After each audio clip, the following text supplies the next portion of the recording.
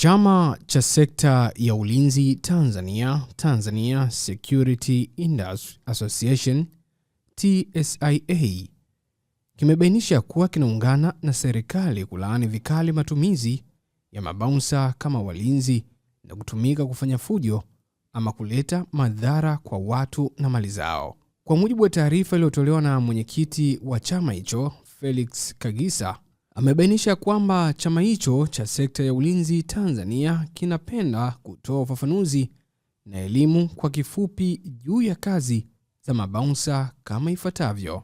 Katika nukuu yake na taarifa hiyo kwa umma, imebainisha kwamba mabouncer kitaalamu hutumika kwenye milango ya kuingilia kwenye matamasha au sherehe maalum.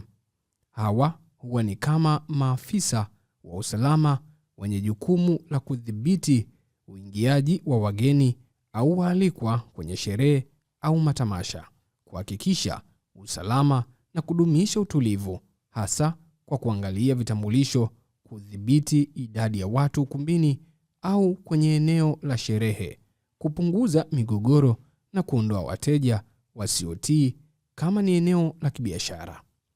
Wanafanya kama safu ya kwanza ya ulinzi, kuwaweka wageni salama wanaoshiriki au waalikwa kwenye tamasha.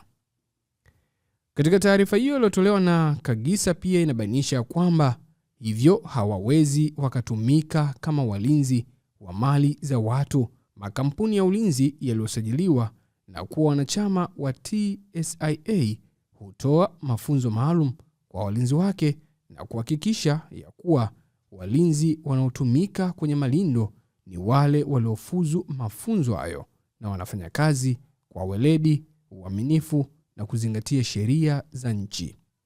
Katika taarifa hiyo kwa umma, pia chama hicho kimebainisha kwamba ni rai ya TSIA kuwaasa Watanzania wote na wale wote wanaohitaji huduma ya ulinzi wa watu na mali zao kuhakikisha ya kwamba wanatumia walinzi wa makampuni yaliyosajiliwa kisheria na pia wanachama wa TSIA. Ni taarifa ya mwenyekiti wa chama hicho Felix Kagisa juu ya matumizi ya mabouncer. Lakini pia itakumbukwa hivi karibuni kumeibuka matukio kadhaa ya migogoro ya ardhi ambapo yalihusisha pia uwepo wa mabouncer.